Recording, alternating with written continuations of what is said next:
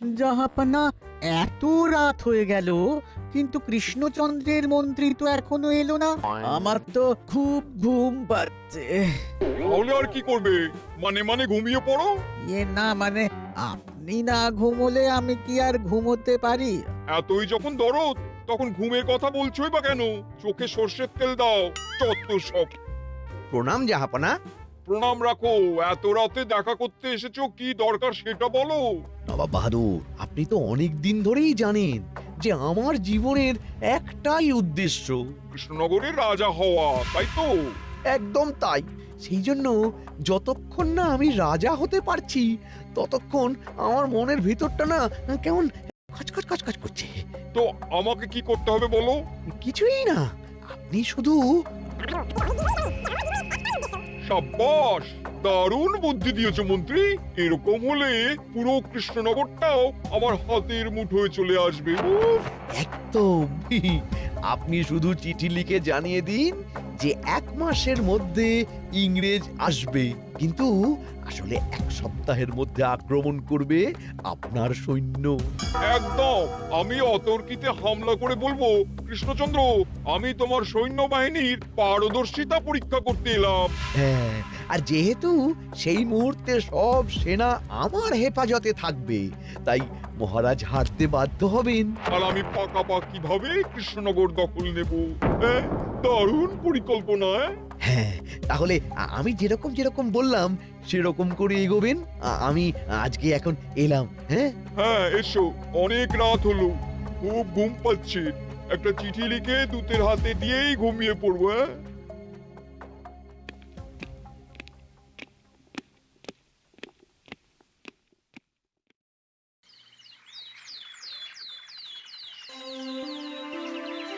আচ্ছা, তোমাদের বলে রাখি, বিজ্ঞানী একটা গবেষণায় ব্যস্ত, তাই সে আজকে রাজসভায় আসতে পারেনি। মা, গবেষণা আর গবেষণা বাবা। মহারাজ, আমাদের রাজসভায় এতদিন মানুষেরা উপস্থিত থাকতেন, এখন তো দেখছি ঘোড়াও রয়েছে। এ কি গোপাল, তোমার কি মাথা কাজ করছে না? তুমি রাজসভায় ঘোড়া কোথায় দেখলে? কেন মহারাজ? আপনার ঠিক পাশে। এতদিন তো জানতাম ঘোড়া দাঁড়িয়ে ঘুমায়, আর আমাদের রাজসভায় যদি কেউ দাঁড়িয়ে দাঁড়িয়ে এরকম ঘুমোতে পারে তাহলে তাকে মানুষ বলি কি করে মহারাজ? এই মন্ত্রী, হ্যাঁ, হ্যাঁ, হ্যাঁ, কে, কি, কেন, কবে, কোথায়? এখানে এখানে সকাল সকাল রাজসভায় ঘুমোচ্ছ কেন? ইয়ে, আসলে মানে মহারাজ। মহারাজ, একটু খোঁজ নিয়ে দেখুন, নিশ্চয়ই কারো বাড়ি চুরি হয়েছে। মুখ সামলে কথা বলো গোপাল, তুমি কি বলতে চাইছো? আমি চোর? এই তো ব্যাপারটা অনেকটা ওই ঠাকুর ঘরে কে আমি তো কলা খাইনির মতো শোনালো না? শোনো গোপাল, তুমি একটা ভাঁড়ের মতন থাকার চেষ্টা করো। বেশি লাফিও না, হাত পা ভেঙে পড়বে, কেমন? আহ, ঝগড়া থামাও। মহারাজ, নবাব বাহাদুরের দূত আপনার সাথে দেখা করতে এসেছেন। আমি কি ওনাকে ভিতরে আসতে বলবো? এই অসময়ে নবাবের দূত? ঠিক আছে, ঠিক আছে, পাঠিয়ে দাও। প্রণাম মহারাজ কৃষ্ণচন্দ্র। আমাদের নবাব বাহাদুর একটা বিশেষ পত্র আপনার জন্য পাঠিয়েছেন। কই দেখি কি পত্র।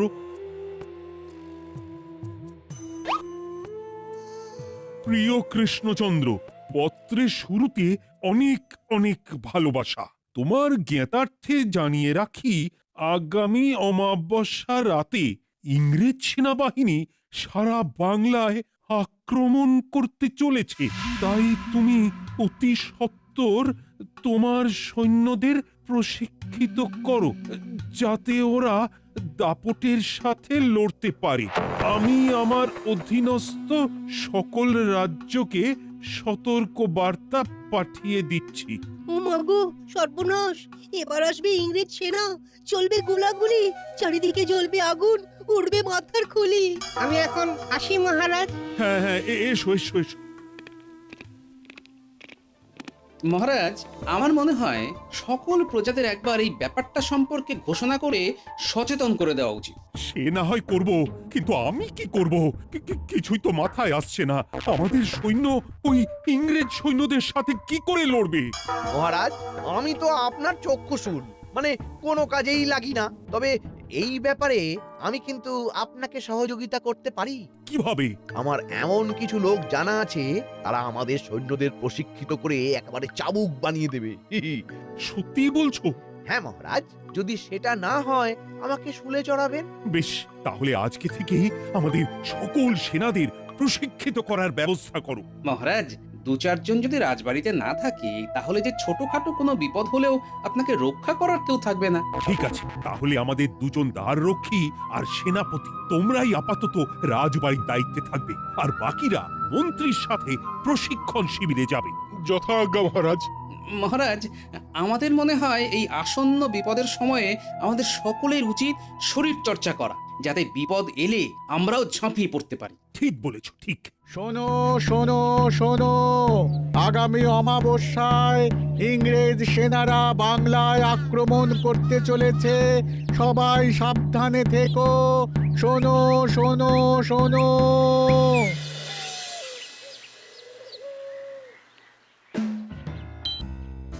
আরে বাস, দারুণ তো! এটা কি বিজ্ঞানী? এটা হলো চুম্বক। এতে লোহাকে আকর্ষণ করার ক্ষমতা থাকে। বাহ, বেশ ভালো জিনিস তো। আমি একটু দেখবো। হ্যাঁ, দেখো না। এই বলটার ওপর থেকে ধরবো, তাই তো? হ্যাঁ, একটু ওপর থেকে ধরো। বাহ, দারুণ দারুণ! এটা তো শুধুমাত্র একটা ঝলক।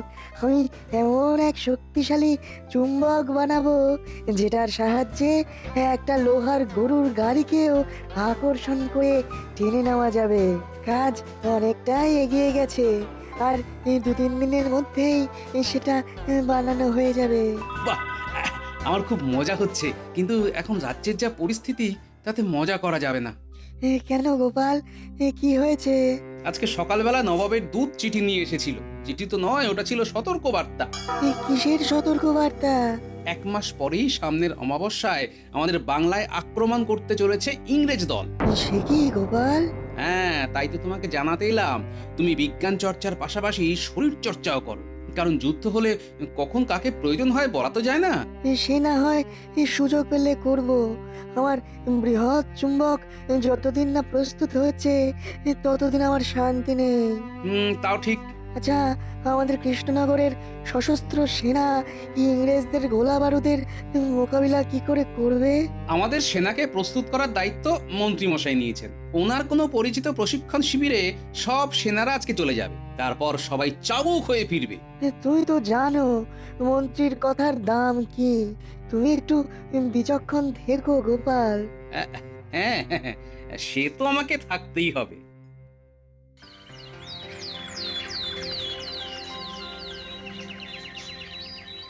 মন্ত্রী, আমাদের সৈন্যরা কেমন প্রস্তুতি নিচ্ছে, মানে কি বুঝছো?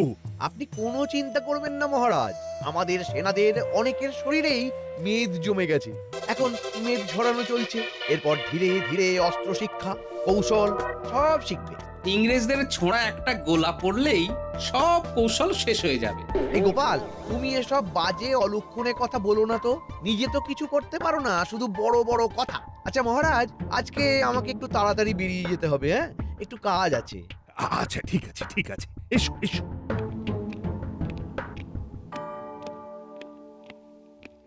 সেনাপতি, তুমি এক কাজ করো, রাজ্যে সাধারণ মানুষকে প্রস্তুত থাকতে বলো, আর এটাও বলে রাখো বিপদ এলে রাজ্যে যাদের যাদের কাঁচা বাড়ি তাদের জন্য রাজবাড়ির অতিথিশালা সব খুলে দেওয়া হবে। আচ্ছা মহারাজ।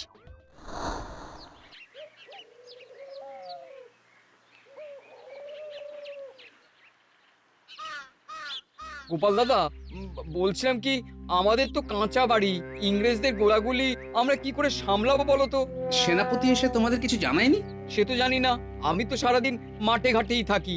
মহারাজ সেনাপতিকে দায়িত্ব দিয়েছেন সবাইকে এটাই জানিয়ে দিতে যে বিপদের সময় তোমাদের মতন যাদের কাঁচা বাড়ি তারা রাজবাড়ি আর রাজবাড়ির অতিথিশালায় আশ্রয় পাবে। আমিও পাবো।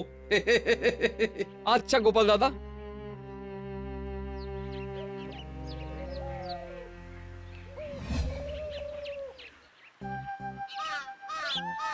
এ কি মন্ত্রী মশাই, আপনি গোলাপ ফুল হাতে কোথায় চললেন? বাড়িতেই যাচ্ছি। আসলে আজকে আমার বিবাহ বার্ষিকী, তাই গিন্নির জন্য একটা গোলাপ। ও, তাই আজকে রাজসভায় তাড়াতাড়ি ছুটি নিলেন? ইয়ে না মানে ঠিক আছে, যান যান।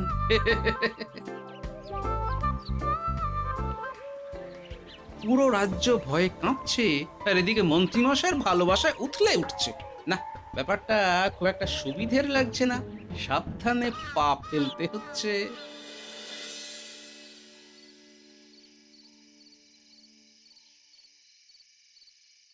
ওরে বাবা রে বাবা, কি জোর মারলো রে, পেট ফাটিয়ে দিল। কি দাদু, খুব লেগেছে দাদু, রাগ করো না দাদু, আমি বুঝতে পারিনি। যা তো, তোদের সাথে আর কথাই বলবো না। বুঝে শুনে খেলতে পারিস না? এটুকু অপরাধের জন্য এত বড় শাস্তি দিও না দাদু। এই, অপরাধ যখন করেছিস তখন শাস্তি তো তোদের পেতেই হবে। আচ্ছা, তোরা আমার হয়ে একটা কাজ করে দে। ঠিক আছে বলো দাদু, একেবারে জান লাগিয়ে দেবো। না না না না না, জান লাগাতে হবে না, একটু কান লাগালেই হবে। খুব আড়ালে সন্তর্পণে মন্ত্রীমশাইয়ের প্রত্যেকটা পদক্ষেপে নজর রাখতে হবে। আর সন্দেহজনক কিছু দেখলেই তোমাকে জানাতে হবে, তাই তো? একদম তাই। আজকে দিনে করেছিলাম আমি আমার বউকে বিয়ে, ওগো ছাদনা তলায় গিয়ে ওগো টোপর মাথায় দিয়ে, ওগো ছাদনা তলায় গিয়ে ওগো টোপর মাথায় দিয়ে। বেশি ঢং করো না, তুমি গোলাপ ছাড়া আর কি এনেছো বলো? এখন গোলাপেই কাজ চালিয়ে নাও, কদিন পরেই তুমি হবে রানী, আমি হব রাজা। মহারাজ কৃষ্ণচন্দ্র হবেন ভাজা ভাজা। কিন্তু গোপাল তো সেই আবার বাজিমাত করে দেবে।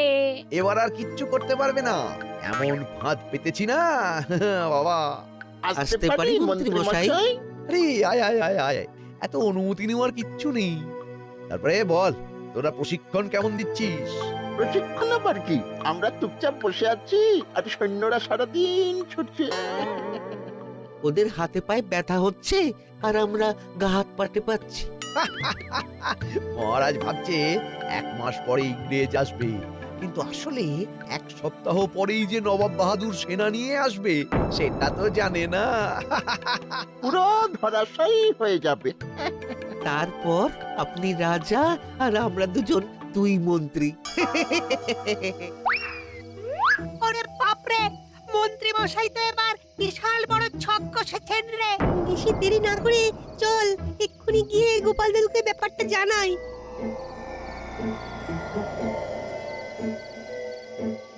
জানো তো দাদু, মন্ত্রী মশাইয়ের বাড়িতে গিয়ে দেখলাম।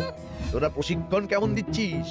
প্রশিক্ষণ আবার কি, আমরা চুপচাপ বসে আছি আর সৈন্যরা সারাদিন ছুটছে। মহারাজ ভাবছে 1 মাস পরে ইংরেজ আসবে, কিন্তু আসলে 1 সপ্তাহ পরেই যে নবাব বাহাদুর সেনা নিয়ে আসবে সেটা তো জানে না। পুরো ধরাশায়ী হয়ে যাবে। এবার বুঝতে পারলে দাদু কত বড় সর্বনাশ হতে চলেছে? হ্যাঁ, তোরা বলিস কি রে? হ্যাঁ দাদু, অনেক বড় চক্রান্ত। শোন, আমি যা করার করছি, আর তোরা যে মন্ত্রীর সব চক্রান্ত জেনে ফেলেছিস এটা 5 কান করবি না। যা করার আমি করব, বুঝলি? আমরা তাহলে কি করব? তোরা তোরা তোরা বটার ঘটার পিছনে ওরা কোথায় সেনা প্রশিক্ষণ দিচ্ছে জায়গাটা জেনে রাখ। আচ্ছা দাদু। তোরা যা, আমি পুঁটিদের বাড়িতে একটু পরে আসছি। আমি রান্নাঘর থেকে সব শুনেছি গো। বলছি তুমি মহারাজকে পুরো ব্যাপারটা জানিয়ে দাও না। না গিন্নি, এত কাঁচা কাজ আমি করব না। আমি হাতে নাতে মন্ত্রী মশাইকে ধরব। এখন কাউকে কিচ্ছু বলবো না, সব হবে গোপনে।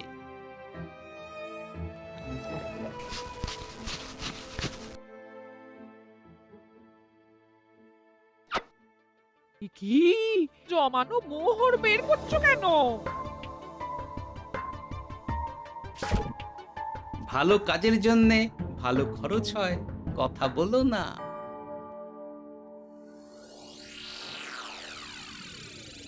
আরে গোপাল দাদা, পুঁটি বাড়ি ফিরেই আমাদের বললো যে তুমি আসছো। ও পুটির মা, আরে বেগুনি ভাজো। আমি এখন কিছু খেতে আসিনি পুটির বাবা, তোমাকে একটা কাজ করতে হবে, বুঝলে? কি কাজ বলো? এক্ষুনি খামবাজ রাজ্যে যেতে হবে আর একটা খবর নিয়ে আসতে হবে যে তারা কোনো ইংরেজদের আগমনের ব্যাপারে আগাম বার্তা পেয়েছে কিনা। কিন্তু সে তো অনেকটা রাস্তা আর খরচাপাতি। এই নাও, তুমি শুধু কালকে বেলার মধ্যে ফিরে এসে সংবাদটা জানাও। আচ্ছা গোপাল দাদা, আমি আজকে রাতেই বেরিয়ে পড়ছি। হ্যাঁ, আমি এবার যাই, ভোলাকে বর্ধমান রাজ্যে পাঠাবো। কি ভোলা, কি খবর? খুব খারাপ, বিকেল থেকে একটাও খদ্দের নেই। শোনো, তুমি দোকান বন্ধ রেখে একটা কাজ করো। কি কাজ বলো? ওরে বাপ রে! তাহলে বর্ধমান যেতে রাজি তো? নিশ্চয়ই যাব, আমি এক্ষুনি বেরিয়ে পড়ছি, আর কালকে বেলার মধ্যে তোমার বাড়ি গিয়ে খবরও দেব। বেশ, এই নাও খরচাপাতি।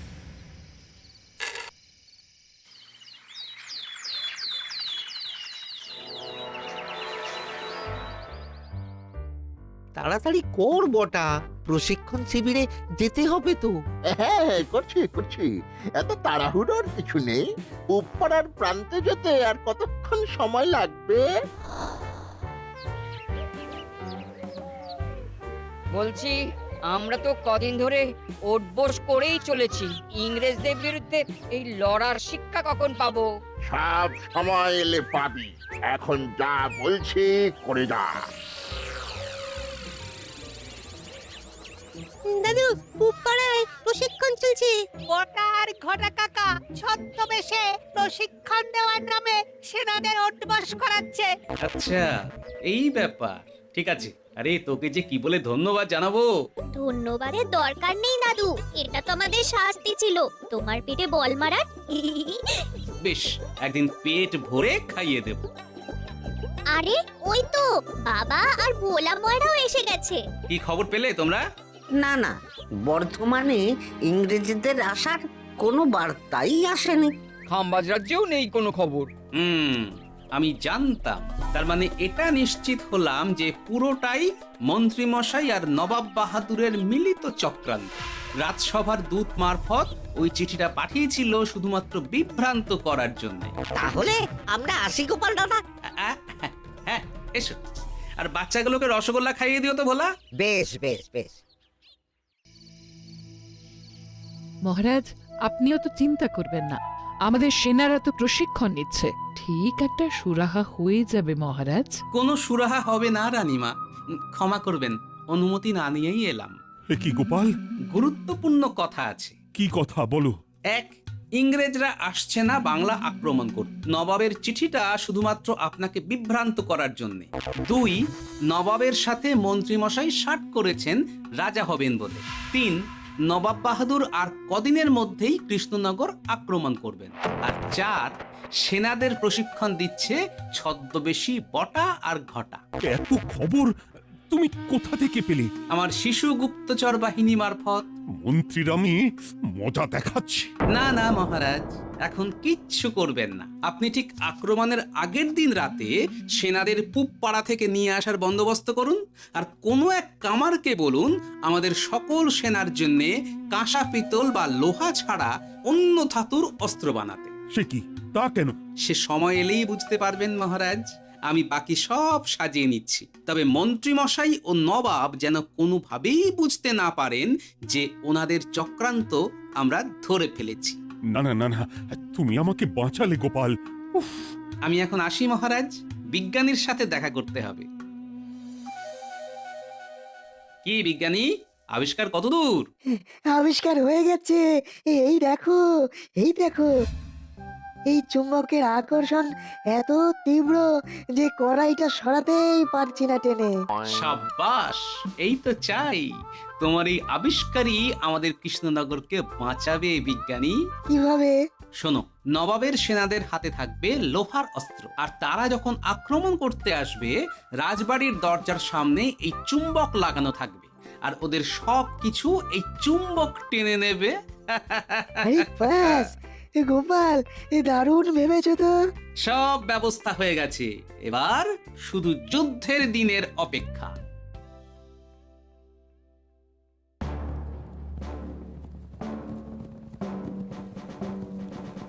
সেনাবাহিনী আক্রমণ!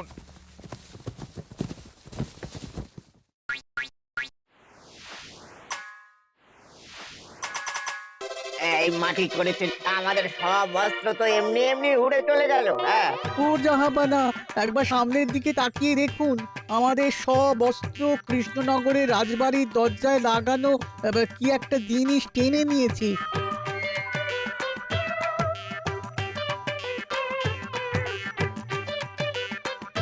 আক্রমণ! এবার কি করবেন নবাব বাহাদুর? আপনার সব চক্রান্ত গোপাল ধরে ফেলেছে, আর আপনার অস্ত্র বিজ্ঞানীর আবিষ্কৃত চুম্বকও ধরে ফেলেছে। ইয়ে না মানে কৃষ্ণচন্দ্র, মানে আমি তো মহারাজ কোনো কিন্তু কিন্তু না, সোজা গারদে ভরে দিন সব সেনাদের একসাথে। আহ, এই মাটি করেছে নবাব বাহাদুর, আপনার একই অবস্থা। এই তো আসল শত্রুকে পেয়েছি মহারাজ, একেও বন্দি করুন। আমি কি করলাম? তোমার সব চক্রান্ত ধরা পড়ে গেছে মন্ত্রী। চলো চলো, এবার শুলে চড়াবো। ওরে বাবারে, ও মহারাজ, মহারাজ ক্ষমা করে দিন, ক্ষমা করে দিন, আর ভুল হবে না মহারাজ। আর ক্ষমা না। আর ভুল হবে না, আর হবে না, এই শেষ মহারাজ। সত্যি গোপালের বুদ্ধি আর বিজ্ঞানীর আবিষ্কার আজ আমাদের বাঁচিয়ে দিল। দূর, এবারও গোপাল বাজিমাত করলো। দূর দূর দূর।